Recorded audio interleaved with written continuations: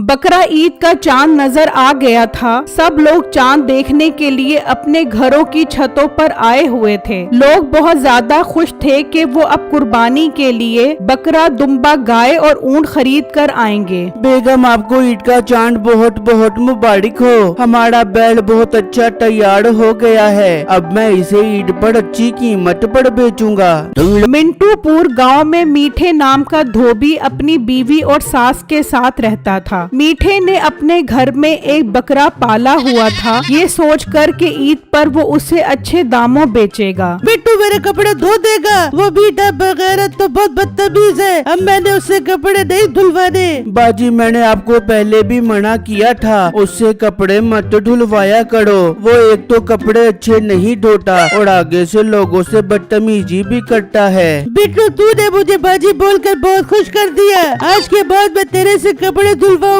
बिट्टू की कामयाबी की वजह ये भी थी कि उसकी बीवी काम में उसका हाथ बटाती थी। एक दिन मीठा अपनी दुकान पर खड़ा होता है कि उसका दोस्त आता है। अरे मीठे, तू तो बिल्कुल वेला खड़ा है। तेरी दुकान पर तो एक भी ग्राहक नहीं है और उस मोटे बिट्टू के पास तो सारे लोगों का रश लगा है और बादशाह सलामत के सारे कपड़े भी वही धोता है। यार, एक दफा बादशाह सलामत के घर का काम मिल जाए ना तो मेरे मजे हो जाएंगे। कपड़ों को डंडे मार मार के धोकर बादशाह सलामत से खूब पैसे बटोरूंगा। मीठे, उसके लिए तुझे बादशाह सलामत की नजर में बिट्टू को बदनाम करना पड़ेगा। हाँ यार, बात तो तू बिल्कुल ठीक कर रहा है। लोगों को बदनाम करना तो मेरे बाएं हाथ का काम है और ये काम करने के लिए मेरे दिमाग में एक तरकीब भी आ गई है।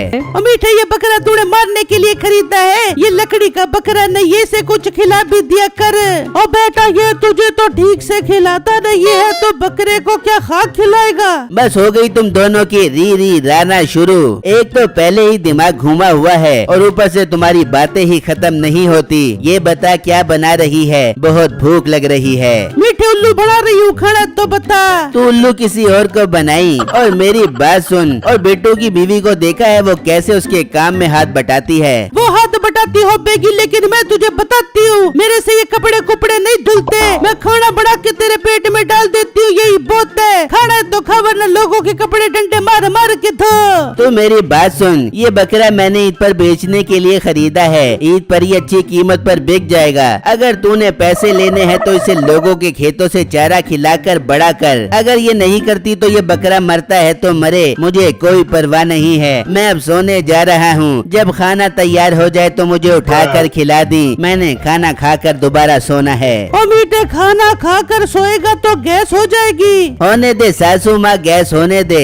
गैस के साथ ख्वाब बहुत जबरदस्त आते हैं और आज ख्वाब में मैंने एक बहुत बड़ी प्लानिंग भी करनी है। वहाँ बिट्टू दोस्त के साथ अपनी दुकान पर होता है। अरे यार, मैंने धोबीगिरी से कुछ पैसे इकट्ठे किए हैं। मैं चाहता हूँ मैं एक बैल का बच्चा खरीद लाऊं ताकि उसे पाल कर ईद पर बेच कर अच्छे पैसे कमा सकूं। बिट्टू, साथ वाले गांव में एक बाबा है, उसके पास एक बहुत अच्छी नस्ल के बैल का बच्चा है। अगर तू उसे पाले तो वो ईद पर बहुत अच्छी कीमत पर बिकेगा। यार, ये बात तो तुमने बिल्कुल ठीक की है। चलो फिर अभी उस बाबा के पास चलते हैं और उनसे वो बैल का बच्चा खरीद कर आते हैं। अरे अंकल, आपके पास तो काफी अच्छी नस्ल के जानवर हैं। क्या ये सब आपने बेचने के लिए रखे हैं? हाँ बेटा, ये सब जानवर मैंने बेचने के लिए ही रखे हैं। तुम्हें कौन सा जानवर चाहिए? अंकल, मुझे सिब्बी नस्ल के बैल का बच्चा खरीदना है। मैं उसे बड़ा करके ईद पर बेचना चाहता हूँ। हाँ, मेरे पास एक बच्चा है, लेकिन वो 1 लाख रुपए से कम का नहीं बेचूंगा।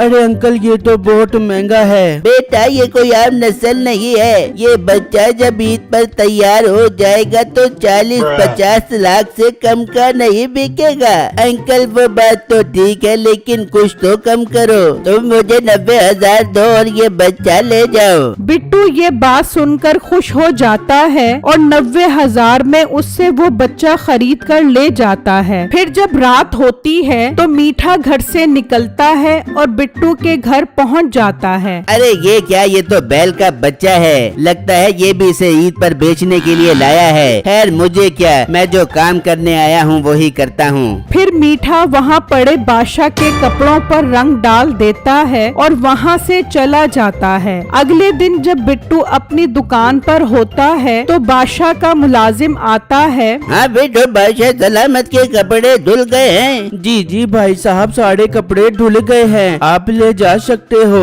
फिर वो मुलाजिम सारे कपड़े ले जाता है। बादशाह जब कपड़े देखता है तो सब कपड़ों पर दाग होते हैं। ये क्या, ये तो बिट्टू ने हमारे सारे कपड़े खराब कर दिए। हम तो इसे अच्छा धोबी समझते थे, लेकिन ये तो बहुत गंदा निकला। मालिक, मुझे भी नहीं पता था कि ये आपके सारे कपड़े खराब कर देगा। बिट्टू को दरबार में हाजिर करो, हम इससे पूछना चाहते हैं। मुलाजिम गुस्से में बिट्टू के पास आता है। बिट्टू, तुम्हें बादशाह सलामत बुला रहे हैं, चलो मेरे साथ उनके पास। भाईजान, बादशाह सलामत ने मुझे खैर से बुलाया है। एक तो बादशाह सलामत के सारे कपड़े खराब कर दिए और ऊपर से सवाल कर रहे हो। क्या मतलब भाई, ये आप क्या कह रहे हो? मैंने तो बादशाह सलामत के कपड़े बहुत अच्छे से धोए थे। तो चलो, चलकर खुद देख लो। बिट्टू उसके साथ चल पड़ता है और जब दरबार में पहुंचता है तो खुद भी देखकर हैरान रह जाता है। ये तुमने हमारे कपड़ों का क्या हाल कर दिया है? बादशाह सलामत, मुझे खुद इस बात का अंदाजा नहीं है कि ये सब कैसे हो गया। मैंने तो आपके कपड़े बहुत अच्छे से धोए थे। अपना मुंह बंद करो, एक तो कपड़े खराब कर दिए, ऊपर से झूठ बोल रहे हो। तभी मीठा भी वहाँ पहुँच जाता है। बादशाह सलामत जान की अमान, अगर आपको बुरा न लगे तो मैं कुछ अर्ज करना चाहता हूँ। हाँ बोलो, क्या कहना चाहते हो? बादशाह सलामत, मैं भी एक पाए के कपड़ों का डॉक्टर हूँ, बहुत ही महारत के साथ कपड़े धोता हूँ। इस मोटे ने तो आपके सारे कपड़े बर्बाद कर दिए हैं। अगर आप मुझे मौका दो तो मैं आपके कपड़े धो दिया करूँगा। हाँ ठीक है, हमें वैसे भी पाए के धोबी की जरूरत है, क्योंकि आज के बाद हम बिट्टू से अपने कपड़े नहीं धुलवाया करेंगे और इसकी यही सजा है कि इसकी दुकान को भी तोड़ दिया जाए और मीठे हाथ से तुम हमारे कपड़े संभालोगे।